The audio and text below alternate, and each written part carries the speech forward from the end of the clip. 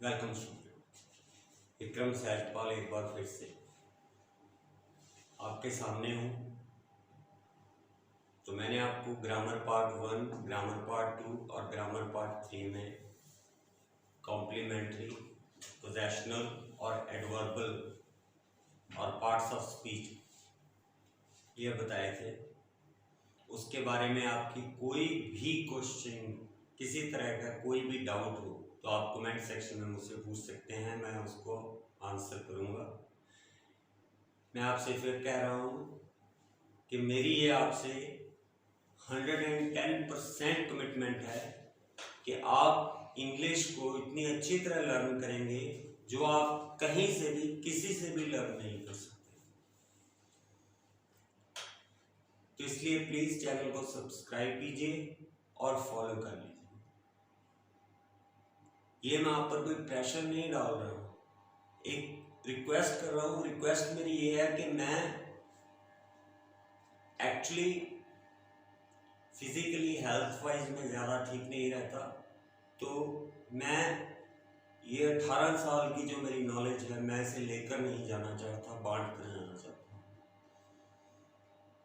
तो उसके लिए मुझे जो प्लेटफॉर्म सबसे ज़्यादा कॉम्पिटेंट लगा वो यही था।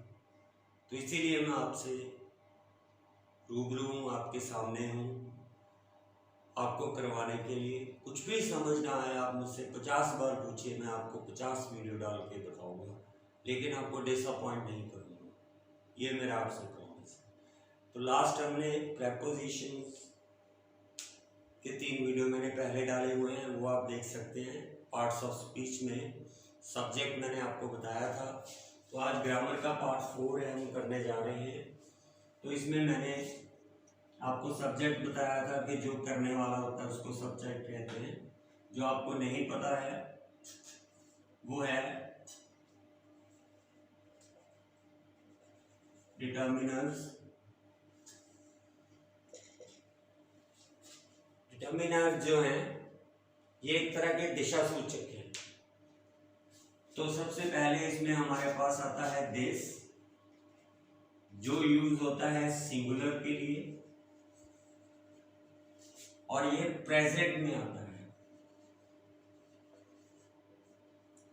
दूसरे नंबर पर है दैट, ये भी सिंगुलर के लिए यूज होता है। ये प्रेजेंट और पास्ट दोनों में आता है। उसके बाद है दीज, ये प्लूरल के लिए है।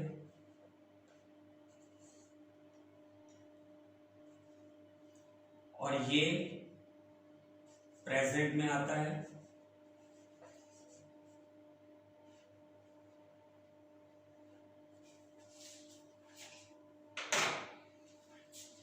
उसके बाद है दोज,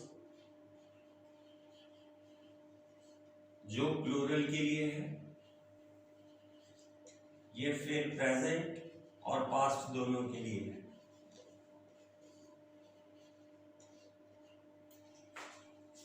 इनको डिमॉन्स्ट्रेटिव प्रोनाउंस भी कहा जाता है।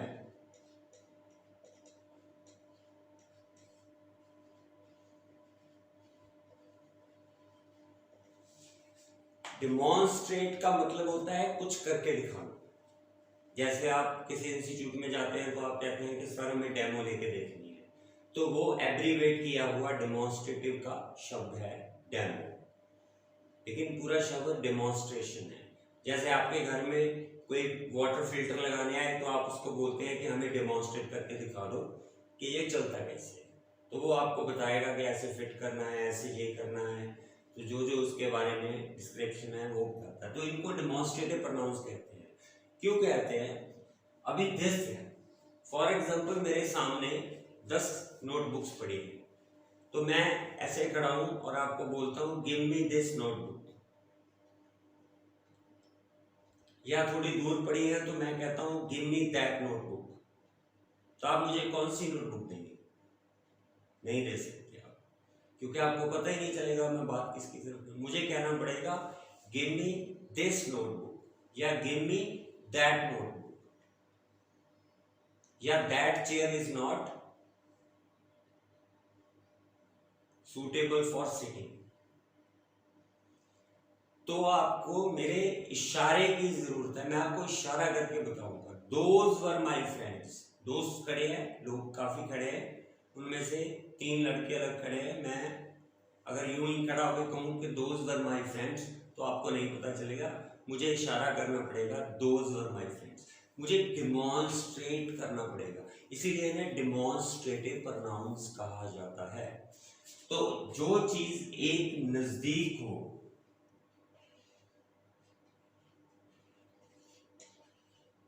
उसके लिए हम दिस यूज करते हैं। एक चीज दूर हो तो दैट यूज करते हैं। ज्यादा चीजें नजदीक हो तो दीज यूज करते हैं। ज्यादा चीजें दूर हो तो दोज यूज करते हैं। जैसे हम पास्ट की बात कर रहे हैं,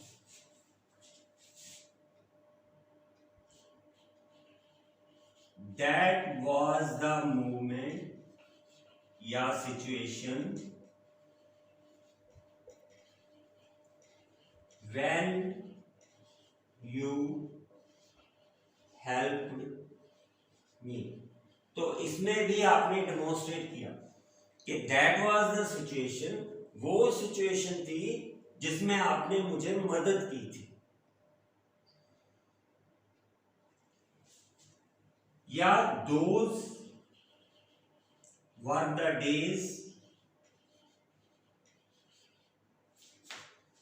ऑफ माई लाइफ। आगे आप जो भी ऐड करना चाहें, मेरी जिंदगी के वो दिन, when I was in college, when I was in school, those were the days। तो that और those को हम पास्ट में ले जाकर बात कर सकते हैं और प्रेजेंट में भी कर सकते हैं। तो इसी तरीके से अगर दिस का यूज करना है तो दिस तो नॉर्मल होता है, this is the situation, present में हम बोलते हैं दिस इज द कंडीशन। अगर दूर की बात करनी हो, गैप की बात करनी हो, तब हम दैट का यूज करते हैं कि दैट वाज द पर्सन। अगर कोई इंसान दूर दूर खड़ा हो, हमने बात करनी हो कि that is the person who hurt, that is the person who hurt.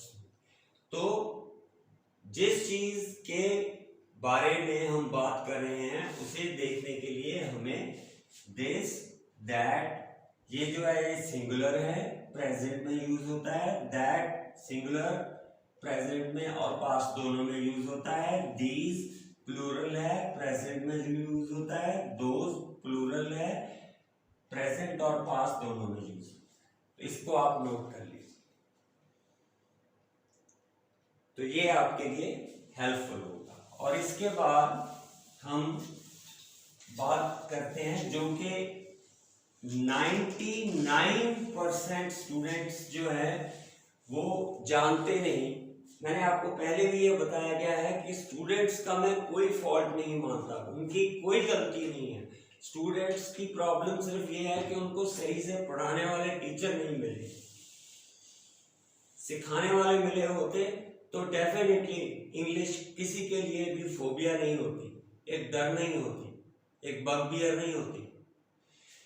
तो हम बात करते हैं फ्यू, इसका मतलब है थोड़ा। अ फ्यू, इसका मतलब है थोड़ा।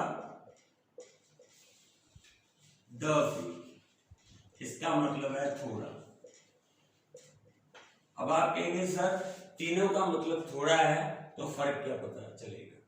ये थोड़ा इतना कम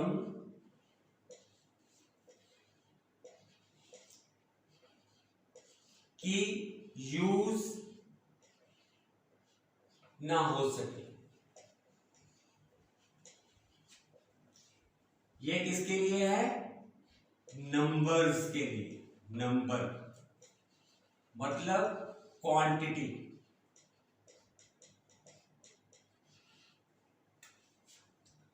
गिनती में अगर आप कहे 1 2 3, अब मैं कहता हूं आई हैव, स्टूडेंट्स क्या करते हैं वो नॉर्मल राइटिंग में या स्पीकिंग में बोल देते हैं few person do this, few person do that. नहीं, गलत है। उसका मतलब ये हो गया कि ना के बराबर। मैं कहूं I have few book, I have few book या फ्यू बुक्स, तो उसका मतलब ये हो गया कि मेरे पास 1 या 2 किताबें हैं, वो भी फटी हुई हैं, काम नहीं आ सकती। फ्यू नेगेटिव सेंस में जाता है अकेला, इतना कम कि जो इस्तेमाल ना हो सके। There are few politicians who are honest, मतलब कि कोई एक आध होगा वो भी पूरी तरह ऑनेस्ट नहीं है, वो भी अपने आप में करप्ट है। तो फ्यू का मतलब इतना थोड़ा कि नेगेटिव में आता है, काम नहीं आ सकता। और अफ्यू का मतलब है थोड़ा पर काम आ सके।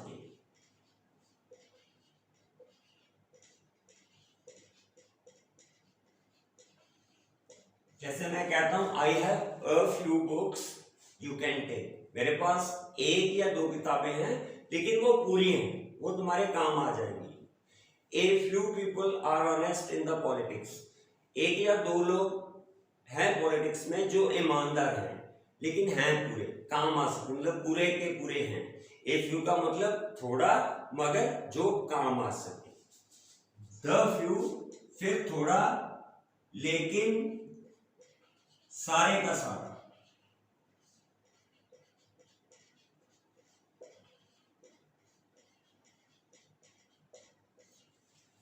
The few people in the society are responsible towards their duties. बहुत कम लोग हैं लेकिन जितने हैं मैं उन सभी की बात कर रहा हूं। The few books I have you can take, मेरे पास थोड़ी किताबें हैं लेकिन जितनी हैं वो सारे की सारी तुम ले जाओ। The few का मतलब थोड़ा, पर जितना है उतना सारे का सारा, उसमें कुछ भी हेर फेर नहीं है, कम ज्यादा नहीं है। तो फ्यू का मतलब है थोड़ा पर काम नहीं आ सकता, ना नेगेटिव सेंस में है। ए फ्यू मतलब थोड़ा पर जितना है उतना काम आ जाएगा। द फ्यू मतलब थोड़ा पर जितना है वो सारे का सारा। तो नेक्स्ट टाइम राइटिंग में यूज करें तो ए फ्यू पीपल यूज करें, वो ज्यादा बेटर रहता है। या आप कर रहे हो the few people I am talking about, जिन थोड़े लोगों की बात मैं कर रहा हूं, थोड़े हैं पर जितने लोगों की मैं बात कर रहा हूं। The few people in traffic police, traffic police में जो थोड़े लोग हैं आर ऑनेस्ट, वो हैं, थोड़े हैं मगर जितने हैं वो सारे के सारे हो। द फ्यू, तो द फ्यू थोड़े सारे के सारे, अ फ्यू थोड़े पर काम आ सके, फ्यू मतलब नेगेटिव सेंस में, थोड़े मगर नेगेटिव, पूरी तरह नहीं। तो ये है फ्यू का कॉन्सेप्ट। तो ये हम यूज करते हैं जहां पर हम गिन सके, उनकी बात करते हैं। बुक्स गिन सकते हैं, पर्सन गिन सकते हैं। अब यही चीज अगर हमारे पास क्वांटिटी की जगह क्वालिटी में आ जाए, मात्रा में आ जाए,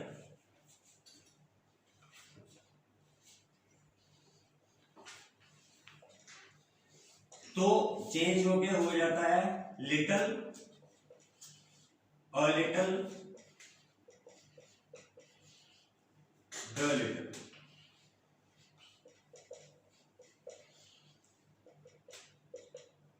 फिर वही थोड़ा, थोड़ा, थोड़ा,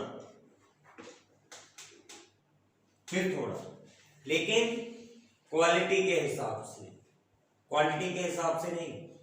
तो आपने एक सुना होगा little knowledge is a dangerous thing, थोड़ा ज्ञान खतरनाक है। इसका मतलब कि नेगेटिव सेंस में चला गया, जो काम ना आ सके।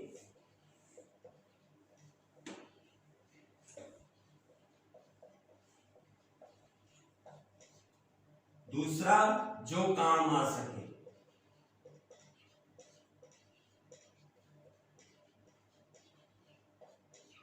तीसरा जो है सारे का सारा।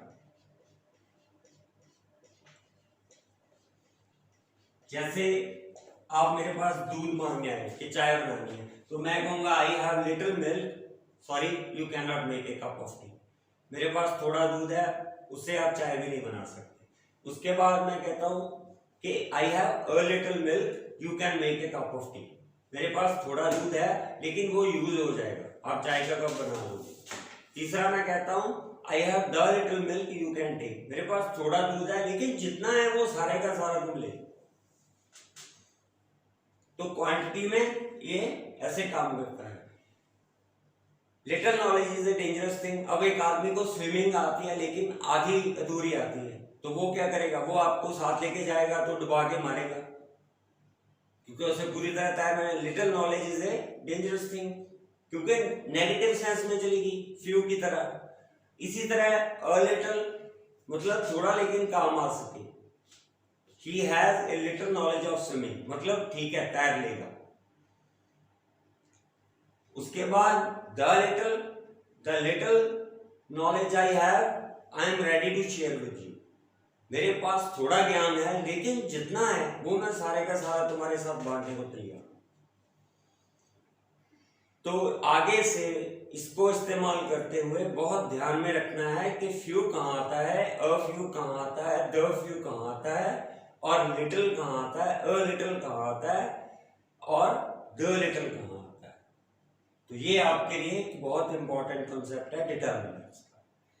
तो फर्दर डिटर्मिनर्स जो है उसमें एक चीज मैं आपको बता दूं, एनी जो है ये असर्टिव में यूज नहीं करना।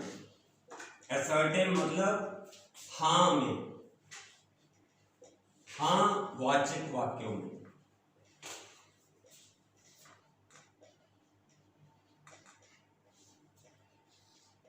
इनको यूज करना है नेगेटिव में और इंटेरोगेटिव में। अगर तो आपको किसी से प्रश्न पूछना है तो आप एनी यूज कीजिए, अगर आपको ना कहना है तो एनी यूज कीजिए। सीधा असर्टिव हाँ वाले वाक्यों में नहीं। आप कभी नहीं कहते I have any money. I have any money का कोई मतलब नहीं निकलता। तो हम क्या कहते हैं, I do not have any money, मेरे पास कोई पैसा नहीं। Do you have any money, आपके पास कुछ पैसे हैं? तो या तो प्रश्न पूछिए या ना में बोलिए। एनी को अगर इस्तेमाल करना है तो इसे कभी भी हाँ में मत कीजिए। There is any country in the world, there is any person in the world. उसके बाद या तो प्रश्न पूछिए या नेगेटिव कीजिए, सीधा असर्टिव में मत यूज कीजिए। असर्टिव में एनी नहीं यूज होता। तो इसी तरह इसके बाकी टर्मिनल्स हैं जो वो मैं आपको इसके नेक्स्ट ग्रामर के सेक्शन में बताऊंगा। आज तक के लिए थैंक यू।